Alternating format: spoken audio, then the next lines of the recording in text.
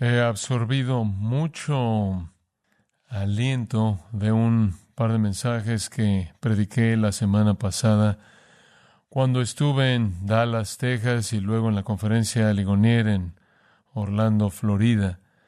Los mensajes, por supuesto, algunas personas los transmitieron en vivo o algunas personas los vieron en YouTube o lo que sea y sugirieron que yo necesitaba dar esa misma perspectiva bíblica a la congregación de Grace, y al pensar en eso y también dándonos cuenta de que tendremos que saltar Efesios la próxima semana porque es domingo de resurrección, resultó tener sentido que seguiríamos el patrón de la semana de la pasión tanto este domingo como el próximo. Luego regresaremos a Efesios en un par de semanas. Así que le invito a abrir su Biblia en Marcos 12. Marcos 12.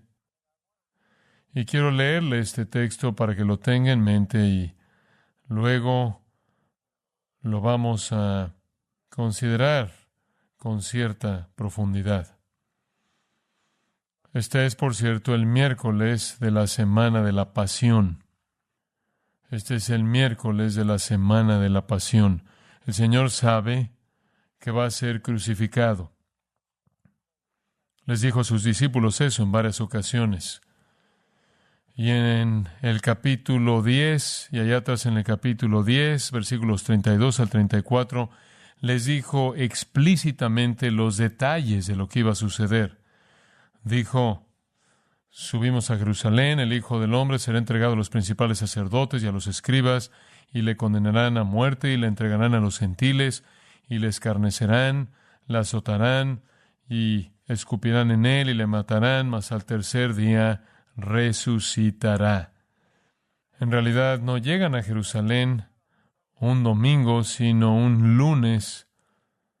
Y cuando llegan a Jerusalén, inicialmente no parece que la gente lo vaya a crucificar. Más bien, en el capítulo 11, versículo 7, cuando trajeron el pollino a Jesús en el que él cabalgaba en Jerusalén, echaron sobre él sus mantos y se sentó en él. También muchos tenían sus mantos por el camino y otros cortaban ramas de los árboles y las tendían por el camino, esas ramas que habían cortado de los campos, y los que iban delante y los que venían detrás daban voces diciendo: Hosana, bendito el que viene en el nombre del Señor, bendito el reino de nuestro Padre David que viene, Hosana en las alturas. Así que el lunes parecía que lo estaban aclamando como su rey.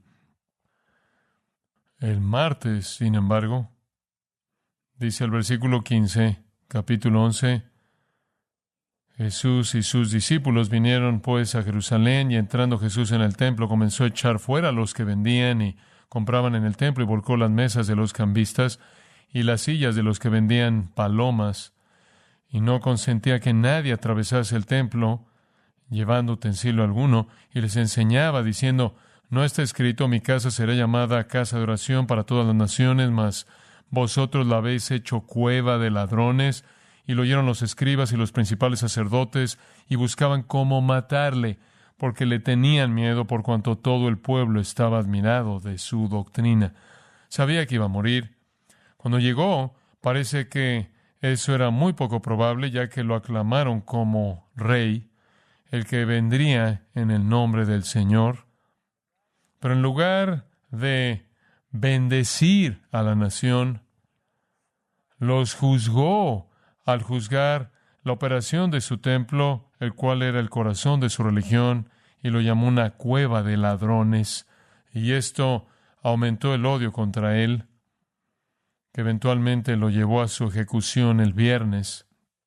Hay otro incidente que sucedió antes del asalto del martes. Regrese al versículo 12.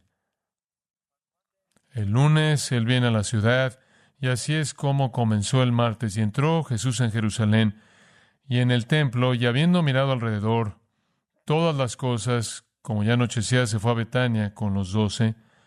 Al día siguiente, cuando salieron de Betania, tuvo hambre. Y viendo de lejos una higuera que tenía hojas, fue a ver si tal vez hallaba en ella algo. Pero cuando llegó a ella, nada halló sino hojas, pues no era tiempo de higos. Entonces Jesús dijo a la higuera: nunca jamás coma nadie fruto de ti. Y lo oyeron sus discípulos. ¿Qué le hizo a esa higuera? Baje hasta el versículo 20. Ya pasando por la mañana después, vieron que la higuera se había secado desde las raíces. Entonces Pedro, acordándose, le dijo: Maestro, mira, la higuera que maldijiste se ha secado. Jesús llega sabiendo que va a morir, llega a los elogios, la gente lo aclama como el Hijo prometido de David, que viene en el nombre del Señor para establecer el reino prometido a Israel. Todo se veía bien el lunes. El martes, él maldice una higuera, asalta el templo, y la maldición de la higuera es esencialmente una maldición sobre Israel. Oseas, Nahum, Zacarías, los profetas del Antiguo Testamento se refirieron a Israel como a una higuera. Así que esto no podría haber sido más opuesto a lo que esperábamos el lunes. Ellos habrían hecho rey a Jesús y él ataca a su sistema religioso y pronuncia una maldición sobre ellos. El pueblo recibió a Jesús como rey, vino como juez. La gente quería que él los bendijera, él los maldijo. La gente pensaba que ellos eran el pueblo de Dios. Jesús los describió como los hijos del diablo. Ahora, el miércoles, de regreso al templo que ha estado desocupado, después de entrar y maldecir a la higuera, él tiene un tribunal en el templo. Está, al menos por un día, limpiado de su corrupción. Y Jesús da la parábola en el capítulo 12. Y aquí está la parábola. Entonces comenzó Jesús a decirles por parábolas. Un hombre plantó una viña, la cercó de vallado, cavó un lagar, edificó una torre y la arrendó a unos labradores y se fue lejos. Y a su tiempo envió un siervo a los labradores para que recibiese de estos del fruto de la viña. Mas ellos, tomándole, le golpearon y le enviaron con las manos vacías.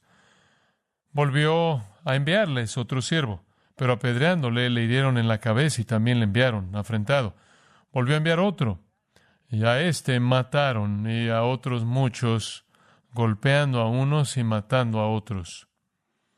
Por último, teniendo aún un hijo suyo, amado, lo envió también a ellos, diciendo: tendrán respeto a mi hijo. Mas aquellos labradores dijeron entre sí: este es el heredero, venid, matémosle, y la heredad será nuestra. Y tomándole, le mataron y le echaron fuera de la viña. ¿Qué pues hará el señor de la viña? Vendrá y destruirá a los labradores y dará su viña a otros. ¿Ni aun esta escritura habéis leído? La piedra que desecharon los edificadores ha venido a ser cabeza del ángulo. El Señor ha hecho esto y es cosa maravillosa a nuestros ojos. Y procuraban prenderle, porque entendían que decía contra ellos aquella parábola, pero temían a la multitud, y dejándole, se fueron. Esta es una parábola de juicio. El punto de esta parábola está en el versículo 9. Quien quiera que sea esta viña, sufrirá destrucción. Quienes sean los administradores de esta viña, serán destruidos y reemplazados. La viña se entregará a otros. Entonces, lo que tienes aquí es que Jesús llega a Jerusalén en la semana de la Pasión, esencialmente no viene como rey, sino como juez. Simbólicamente, con la higuera, pronuncia una maldición sobre la nación de Israel. Específicamente con esta parábola, Él promete la destrucción de Jerusalén y de la nación. Y los judíos deberían haberlo sabido por la forma en la que Él comenzó la parábola. Observe atrás en el versículo 1. Se dará cuenta de que hay una cita en el versículo 1 de Isaías 5. Él comienza su parábola al citar Isaías 5. Un hombre plantó una viña, la cercó de vallado, cavó un lagar, edificó una torre. Eso viene directamente de Isaías 5. Él está conectando el 5º capítulo de Isaías. Así que volvamos a ese capítulo, el 5º capítulo de Isaías. Debe seguirlo con cuidado para ver la importancia de esto.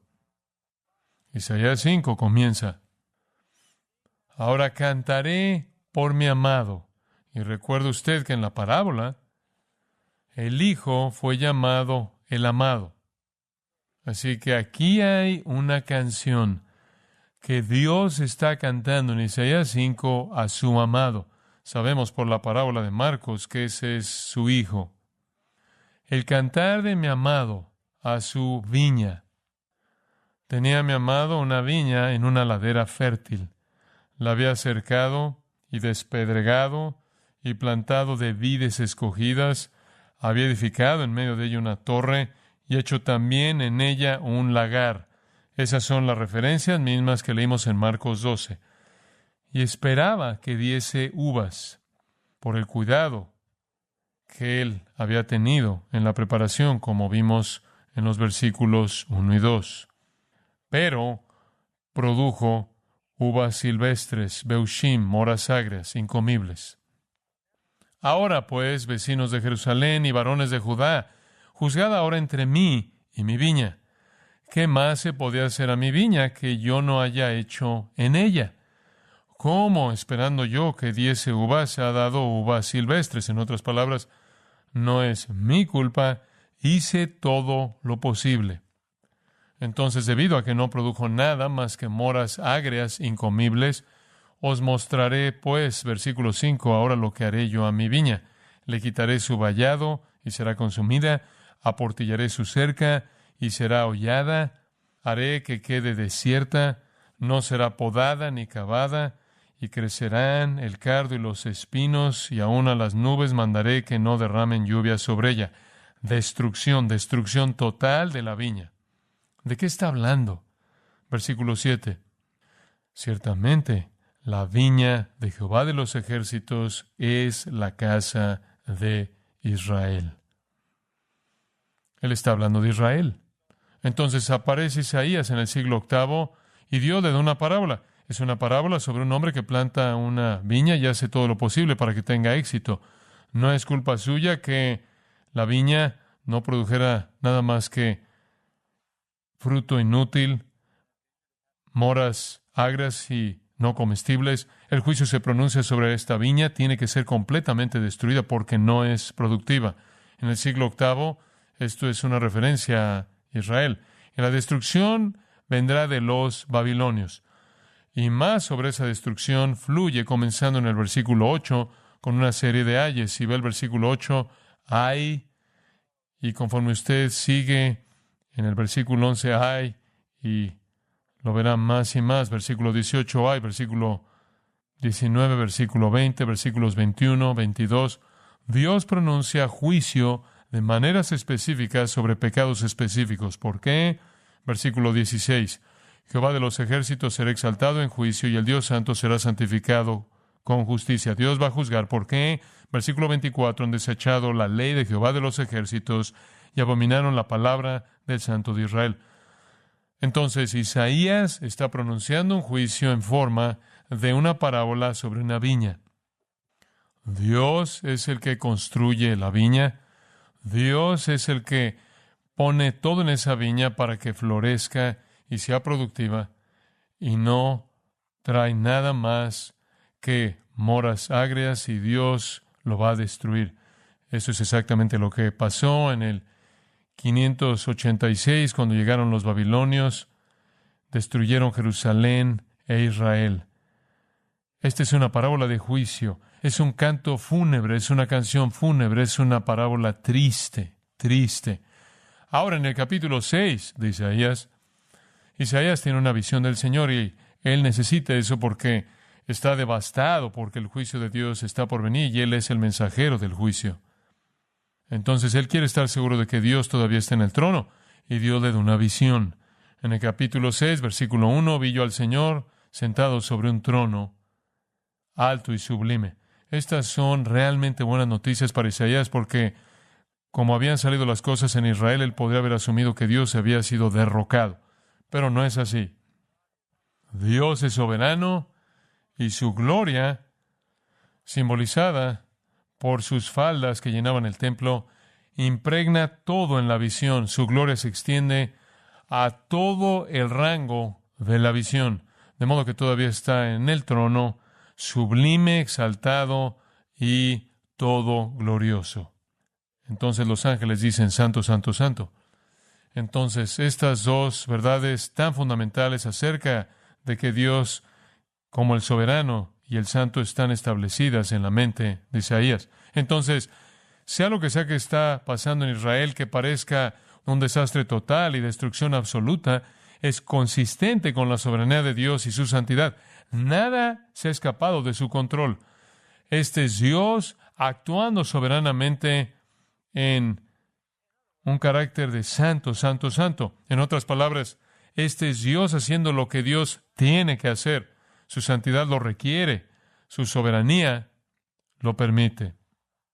Entonces, cuando todo está tan mal como puede ser, cuando la destrucción se avecina sobre el pueblo del pacto de Dios, cuando Jerusalén, el templo y la nación sean devastados y destruidos, masacrados, fulminados, llevados al cautiverio, Dios es soberano sobre eso, y la acción de Dios en la invasión babilónica es una expresión de su santo y justo odio hacia el pecado.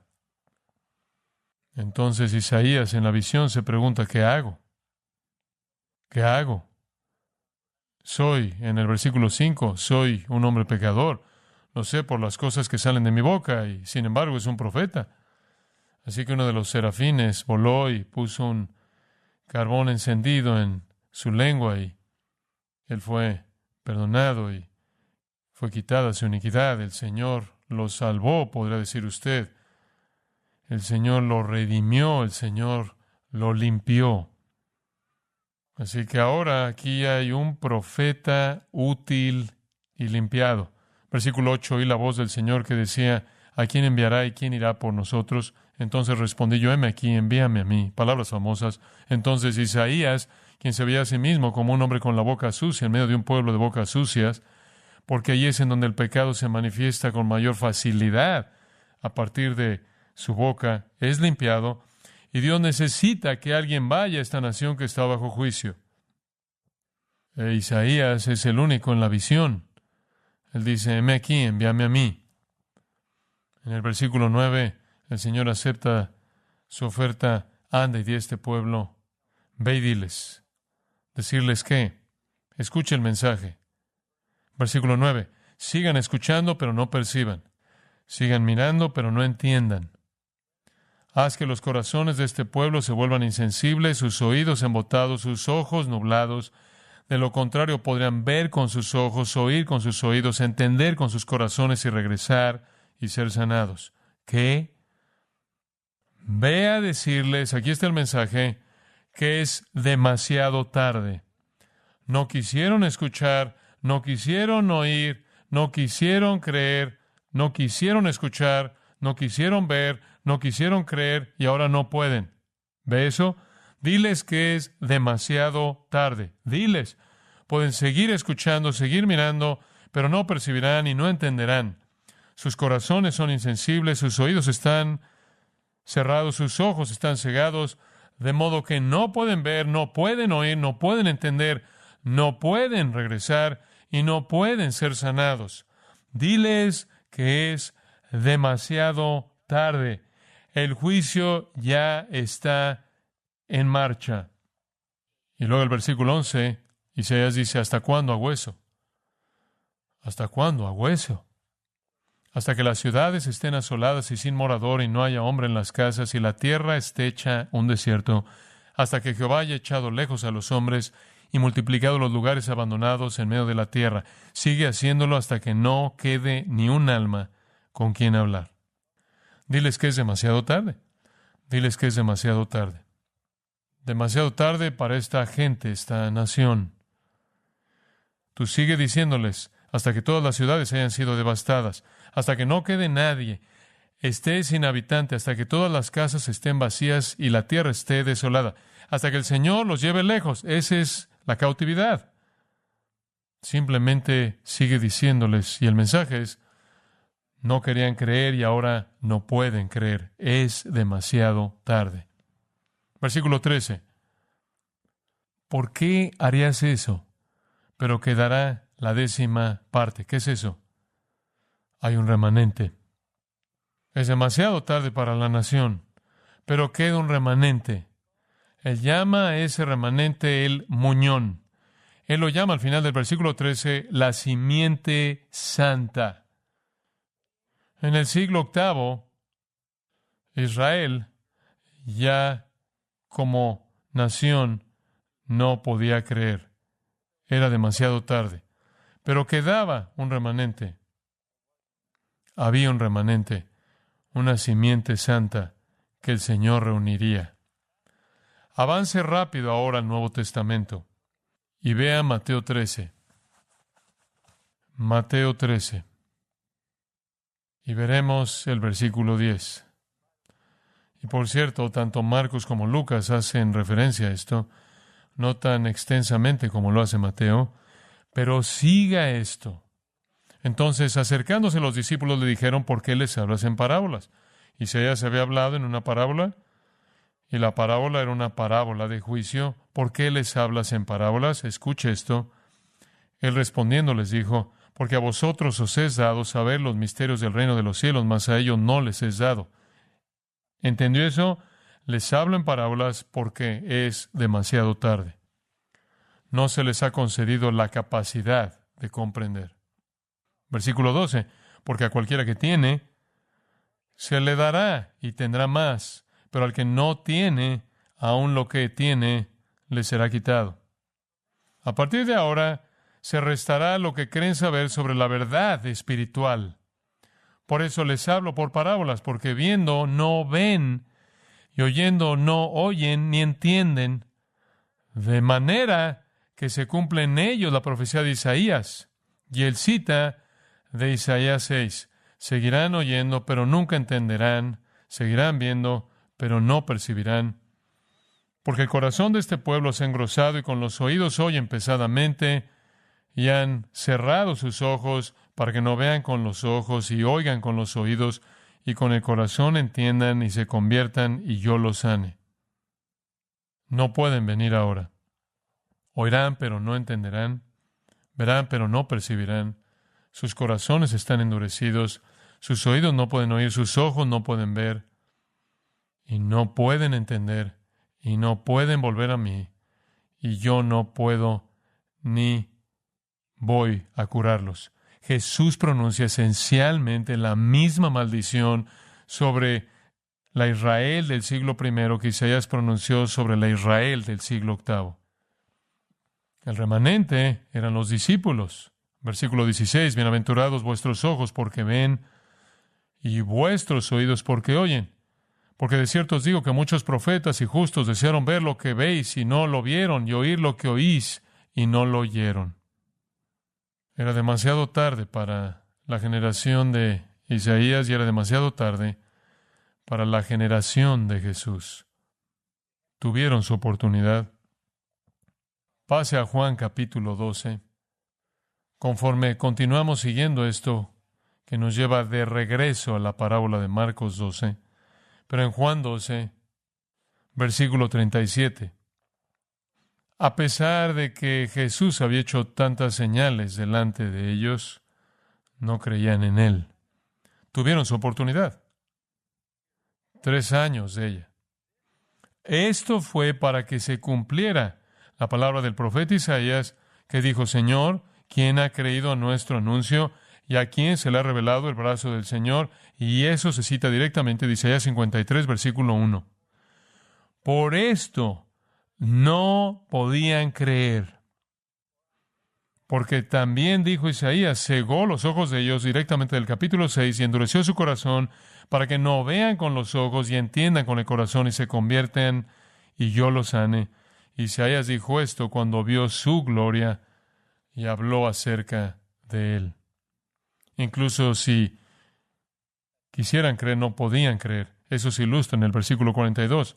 Con todo eso, aún de los gobernantes, muchos creyeron en él, pero a causa de los fariseos no lo confesaban para no ser expulsados de la sinagoga, porque amaban más la gloria de los hombres que la gloria de Dios. Incluso aquellos que fueron atraídos a creer en él no pudieron venir. Demasiado tarde. Entonces nuestro Señor está pronunciando el mismo tipo de juicio que Isaías pronunció sobre su generación. Es aterrador pensar en eso. Los discípulos y los pocos seguidores, ellos eran el remanente. Pero aparte de eso, la nación no podía creer porque no quería creer. La incredulidad voluntaria se convirtió en incredulidad judicial. Dios los selló en su rechazo. Vaya al final del libro de los Hechos y en el capítulo 28. Y todos entendemos que Pablo está como prisionero en Roma, y habiéndole señalado un día, vinieron a él muchos a la posada, y estos son judíos, como se señala en el versículo 17, a los cuales les declaraba y les testificaba el reino de Dios desde la mañana hasta la tarde, persuadiéndoles acerca de Jesús, tanto por la ley de Moisés como por los profetas. Entonces les está dando evidencia del Antiguo Testamento de Jesús. Y algunos estaban siendo persuadidos por lo que se decía, pero otros no creían. Y como no estuviesen de acuerdo entre sí, al retirarse les dijo Pablo esta palabra. Algunos estaban diciendo, se oye razonable, parece creíble. Otros, exactamente lo opuesto. Y la palabra de despedida es esta. Isaías el profeta dijo, ve a este pueblo y diles, de oído oiréis y no entenderéis, y viendo veréis y no percibiréis, porque el corazón de este pueblo se ha engrosado, y con los oídos oyeron pesadamente, y sus ojos han cerrado para que no vean con los ojos y oigan con los oídos, y entiendan de corazón y se conviertan, y yo los sane. De nuevo, Pablo le dice a los judíos, al final de su ministerio en Roma, es demasiado tarde. En el versículo 28, después de que Pablo cita el mismo pasaje en Isaías 6, sabed pues que a los gentiles es enviada esta salvación de Dios, y ellos oirán. Esto es exactamente lo mismo que Jesús dijo. Esto es exactamente lo mismo que Isaías dijo. Pase a Romanos 11. Y casi estamos de regreso en Marcos. Esto es muy importante. Pablo está hablando de la salvación de los judíos. Romanos 11, versículo 5. Así también aún en este tiempo ha quedado un remanente escogido por gracia, por elección, un remanente. Y si por gracia ya no es por obras, de otra manera la gracia ya no es gracia, que pues lo que buscaba Israel no lo ha alcanzado. Esa simplemente es una declaración aterradora. Pablo está diciendo de nuevo, esencialmente lo que dijo al final del libro de los Hechos. Israel está buscando justicia, buscando una relación con Dios, pero no la ha obtenido. Pero aquellos que fueron escogidos sí lo han alcanzado y los demás fueron endurecidos. Ahí está en términos inequívocos la doctrina de la elección. Y luego, citando el Antiguo Testamento, tal como está escrito, Dios les dio espíritu de estupor, ojos con que no vean y oídos con que no oigan, hasta el día de hoy. Y David dice, se ha vuelto su convite en trampa y en red, y en tropezadero y en retribución. Sean oscurecidos sus ojos para que no vean, y agóbiales la espalda para siempre. Tomado de Isaías y de los Salmos. Y de nuevo, es demasiado tarde. Es demasiado tarde. Un remanente escogido, versículo 7. Los que fueron escogidos obtuvieron salvación y gracia. Entonces, lo que tenemos en esto es muy importante de entender. Una generación de personas puede venir demasiado tarde a Cristo. Ya pasó el tiempo de la gracia. Es demasiado tarde. Eso es lo que era cierto en la Israel del siglo VIII, en la Israel del siglo I, y sin duda es cierto de nosotros hoy. Porque en Romanos 1 dice, la ira de Dios se revela desde el cielo contra toda impiedad e injusticia de los hombres que detienen con injusticia la verdad. Cuando cualquier sociedad detiene la verdad continuamente, puede ir más allá del punto en el que Dios escuchará. Puede ser demasiado tarde. Ahora, con eso en mente, regresemos a la parábola en Marcos 12. Entonces sabemos que él comienza regresando la realidad a sus mentes de Isaías 5 y 6, pero en esta parábola el hombre planta la viña, la alquila a labradores y se fue de viaje. Todo el mundo habría entendido el plantar una viña, incluso como lo hicieron en el siglo VIII, porque era algo común. En Israel habían viñas por todas las laderas de las montañas. Entonces se fue de viaje, después de haberla arrendado a granjeros que iban a encargarse de ella, habiendo acordado un porcentaje de la cosecha. Esto era bastante normal. Este es un propietario que se va a ir y todo el mundo lo entendería, comúnmente hecho por terratenientes ausentes. En el tiempo de la cosecha, en el versículo 2, normalmente, si se trata de una viña nueva, podrían haber pasado 4 o 5 años desde la plantación original, pero cuando estaba a punto de dar fruto, envió un esclavo a los labradores, los que cuidaban la viña, para que recibiera de los labradores parte del producto de la viña. Le debían eso a él, los labradores. Luego, de manera escandalosa, el versículo 3 dice, tomándole, le golpearon y lo enviaron con las manos vacías. Esto es impactante. Ahora, Jesús está hablándole a los líderes. Regresa al 11:27. Allí dice, andando él por el templo, vinieron a él los principales sacerdotes, los escribas y los ancianos. Entonces, él está hablando a los líderes judíos. Y, por cierto, ellos son los administradores de la parábola. Ellos son los labradores que la rentaron. Ellos son los arrendatarios. Ellos son los administradores de Dios sobre su pueblo, Israel. La viña es Israel, como en Isaías, y los líderes de Israel son los labradores. Es su administración. Cuando viene el siervo, tomándole, le golpearon y le enviaron con las manos vacías. Este es un comportamiento criminal, esto es ilegal, esto es ingrato, esto es cruel. Literalmente, el verbo significa golpearlo o pegarle. Lo golpearon, lo enviaron con dolor. Y luego en el versículo 4 agrega otra capa de esto y les envió otro esclavo y lo hirieron en la cabeza y lo trataron con vergüenza. Le golpearon la cabeza, es lo que significa kefalaiao, golpear la cabeza de alguien. Le golpearon la cabeza y lo trataron con vergüenza, en la máxima forma de deshonra. Versículo 5, le envió otro. Y ahora se intensifica más allá de golpearle la cabeza después de golpear al primero. A este ellos lo mataron. De hecho, en el relato de Mateo de esta parábola dice, lo apedrearon hasta matarlo.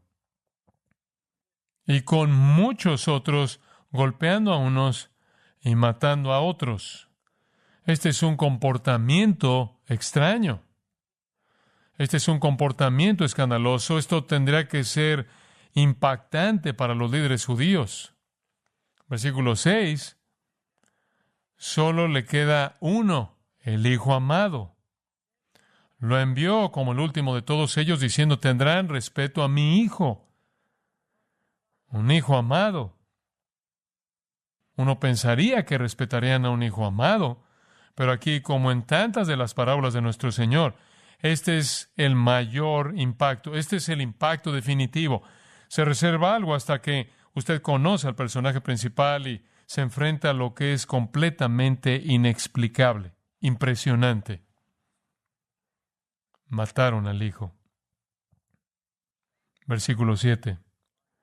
Los labradores dijeron entre sí, este es el heredero, venid, matémosle y la heredad será nuestra. Sin dudarlo, en la historia que contó Jesús, mataron al hijo y después ni siquiera le hicieron un funeral, lo echaron de la viña. Homicidio en el camino. Entonces surge la pregunta en el versículo 9, ¿qué hará el dueño de la viña? ¿Qué hará él? Y ahora los líderes de Israel están indignados por este comportamiento. Y ciertamente ellos ofrecieron una respuesta colectiva, según Mateo 21. Le dijeron, lleva a esos miserables a un fin miserable y alquilará la viña a otros labradores que le pagarán las ganancias en las temporadas apropiadas. Obviamente, matará a esos labradores malos. Seguramente, Él vendrá y destruirá a los labradores y le dará la viña a otros. En el relato de Lucas sobre esto, dice que estaban atónitos hasta el punto que decían que nunca sea así. No es posible. El negativo más fuerte. No tenía nada más que respeto hacia el dueño de la viña. No tenía nada más que respeto hacia sus siervos y nada más que respeto hacia su hijo. ¿De qué se trata esto? Bueno, el que plantó es Dios y la viña es Israel. Los labradores son líderes religiosos, aquellos a quienes se les dio cuidado de la gente. Los mismos que dirigieron la operación del templo que Jesús acababa de asaltar, los mismos que estaban a su alrededor en el momento en el que Él enseñó esto.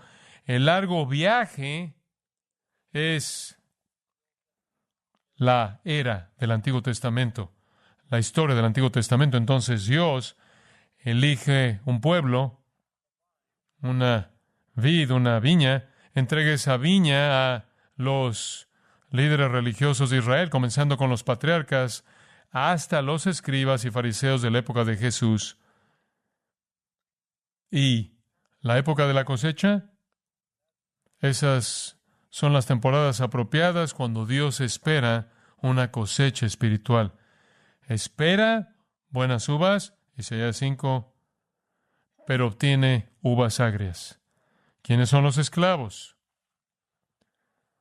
¿Quiénes son a los que Él envía? Profetas del Antiguo Testamento, enviados a Israel para que la nación escuchara de Dios. Llamar a la nación a producir fruto espiritual y obediencia. Estos esclavos son todos aquellos que Dios envió a su pueblo llamándolos a la justicia, a la santidad, al arrepentimiento y a la obediencia. En realidad, desde Moisés hasta Juan el Bautista. ¿Y qué hicieron ellos? Bueno, la historia de Israel se lo dice usted. Lee el Antiguo Testamento. Los golpearon, los trataron con vergüenza, los hirieron, los echaron, los golpearon en la cabeza, los mataron. Según Justino Mártir, Isaías fue cortado por la mitad por su propio pueblo. Jeremías fue constantemente maltratado y arrojado a un pozo. La tradición dice que finalmente fue apedreado hasta la muerte. Ezequiel fue maltratado. La tradición dice que él fue asesinado por un israelita al que él reprendió. Amós tuvo que huir por su vida. El sacerdote Zacarías fue rechazado y apedreado. El profeta Micaías recibió un puñetazo en la cara. Así es como fueron tratados. No solo en raras ocasiones, sino que los trataron de manera regular de esa manera. Solo el capítulo 25 de Jeremías, por un momento, y el versículo 4. Y envió Jehová a vosotros todos sus siervos, los profetas, enviándoles desde temprano y sin cesar. Pero no oísteis ni inclinasteis vuestro oído para escuchar, cuando decían, volveos ahora de vuestro mal camino y de la maldad de vuestras obras, y moraréis en la tierra que os dio Jehová a vosotros y a vuestros padres para siempre. Y no vayáis en pos de dioses ajenos, sirviéndoles y adorándoles, ni me provoquéis a ira con la obra de vuestras manos, y no os haré mal. Pero no me habéis oído, dice Jehová, para provocarme a ira con la obra de vuestras manos, para mal vuestro.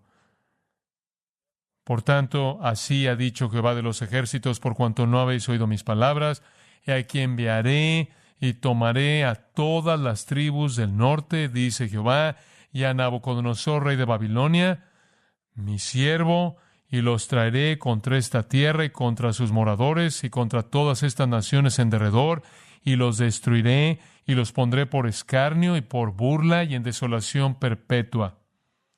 Y haré que desaparezca de entre ellos la voz de gozo y la voz de alegría, la voz de desposado y la voz de desposada, ruido de molino, y eso significa moler, hacer comida, y luz de lámpara. Toda esta tierra será puesta en ruinas y en espanto, y servirán estas naciones al rey de Babilonia 70 años. Isaías estaba dando el mensaje de juicio y Jeremías completó los detalles. En Mateo capítulo 23, y simplemente permítame leerle una sección del versículo 29. Ay de vosotros, escribas y fariseos, hipócritas, porque edificáis los sepulcros de los profetas y adornáis los monumentos de los justos. Y decís, si hubiésemos vivido en los días de nuestros padres, no hubiéramos sido sus cómplices en la sangre de los profetas. Esta es la generación de Jesús, que dijo, no habrán matado a los profetas. Así que dais testimonio contra vosotros mismos de que sois hijos de aquellos que mataron a los profetas. Vosotros también llenad la medida de vuestros padres. Serpientes, generación de víboras, ¿cómo escaparéis de la condenación del infierno? Por tanto, aquí yo os envío profetas y sabios y escribas, y de ellos a unos mataréis y crucificaréis, y a otros azotaréis en vuestras sinagogas y perseguiréis de ciudad en ciudad, para que venga sobre vosotros toda la sangre justa que se ha derramado sobre la tierra, desde la sangre de Abel el justo hasta la sangre de Zacarías, hijo de Berequías, a quien matasteis entre el templo y el altar. De cierto os digo que todo esto vendrá sobre esta generación. ¿Ustedes no son mejor que alguna generación anterior? Ahora, de regreso a Marcos 12. ¿Quién es el Hijo amado? Esto es inconfundible. Esto es inequívoco. El mismo amado, dice allá 5:1. Tenía uno más que enviar. Su Hijo amado. Este es mi Hijo amado, dijo en el bautismo de nuestro Señor. Este es mi Hijo amado, dijo en la transfiguración. Él es distinto de todos los demás mensajeros. No es un sirviente, no es un esclavo. Él es un hijo. Quizás lo respetarán a él. No lo asesinaron.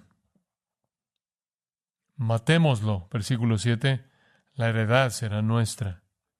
Tomándole, versículo 8, le mataron y le echaron fuera de la viña. Lo echaron de su nación, incluso podrá referirse a él siendo crucificado fuera de la ciudad. La herencia será nuestra. Deshagámonos de él y mantendremos nuestra administración sobre el reino de Dios. En serio. ¿Qué hará el dueño de la viña? Vendrá y destruirá a los labradores y dará la viña a otros, y ellos dirían lo mismo. La venganza vendrá, tenía que venir, y así fue. En el 70 después de Cristo, la muerte de decenas de miles de judíos, el templo nunca se reconstruyó, el sacerdocio nunca se recuperó, sin sacrificios, sin ceremonias, sin saduceos, sin fariseos, sin sacerdotes, sin sumos sacerdotes, hasta el día de hoy. Todo el sistema terminó. Se acabó. Y el dueño se lo dará a otros. Permítame tan solo llegar a una conclusión. ¿Quiénes son los otros? Los próximos custodios del reino. Los próximos custodios de la verdad de Dios. Los próximos custodios de la ley y los profetas y los pactos y las promesas mencionadas en Romanos 9. ¿Quiénes son los próximos custodios? Los apóstoles. Y la primera iglesia se reunió y estudió la doctrina de los apóstoles. ¿Quiénes son los próximos custodios? Los apóstoles y los discípulos de los apóstoles. Ellos son los nuevos administradores del reino. Y les llegará la revelación de Dios. Jesús les dice en el aposento alto, el jueves por la noche, que el Espíritu de Dios vendrá y les recordará todas las cosas y los conducirá a toda la verdad. Ellos serán los custodios del resto de la revelación divina. Los apóstoles y aquellos asociados con los apóstoles recibieron entonces la verdad divina, que ahora es el Nuevo Testamento. Ellos son los verdaderos custodios y fueron fieles. Y por cierto, ellos prácticamente todos fueron martirizados, se convirtieron en los custodios. Y nosotros estudiamos la doctrina de los apóstoles. Ahora, ¿es ese el final de la historia? No, ese no es el final de la historia. Mira el versículo 10. La historia no termina con un hijo muerto. Ni aun esta escritura habéis leído, la leí antes, Salmo 118, la piedra que desecharon los edificadores ha venido a ser cabeza del ángulo. El Señor ha hecho esto, y es cosa maravillosa a nuestros ojos.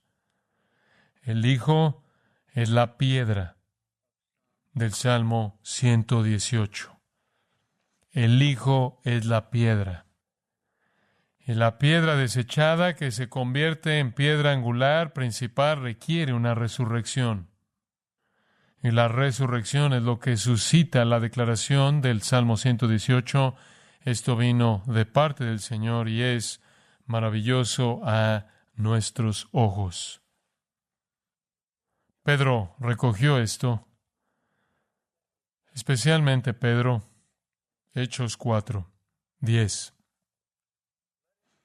Sea notorio a todos vosotros y a todo el pueblo de Israel que en el nombre de Jesucristo de Nazaret, a quien vosotros crucificasteis y a quien Dios resucitó de los muertos, por él, este hombre que acababa de ser curado, está en vuestra presencia sano. Este Jesús es la piedra reprobada por vosotros los edificadores, la cual ha venido a ser cabeza del ángulo, y después esta gran afirmación, y en ningún otro hay salvación, porque no hay otro nombre bajo el cielo dado a los hombres en que podamos ser salvos. El Hijo que era el amado, el Hijo que fue asesinado es la piedra. El Hijo es la piedra, Cristo. El que es el dueño de la viña es Dios, y la viña es su pueblo, Israel. Ellos fueron brutalmente blasfemos contra él. Ellos mataron a los profetas, mataron al Hijo, Y Dios tiene que traer nuevos administradores. Esos son los apóstoles, y ellos nos dan la verdad, incluyendo la resurrección, y seguimos la enseñanza de los apóstoles como se revela en el Nuevo Testamento. Entonces, ¿cómo se aplica eso a nosotros?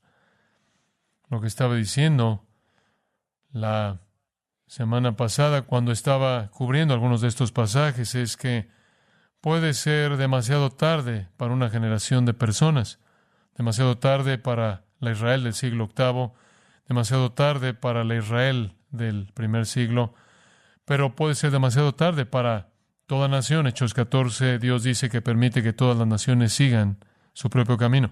¿Cómo sabe cuando una nación ha pasado el punto en el que la salvación es posible para un pueblo? Bueno, Romanos 1, hemos hablado de ello. Romanos 1, ira, Dios los entregó a la inmoralidad sexual, Dios los entregó a la homosexualidad, Dios los entregó una mente reprobada, una mente que no funciona.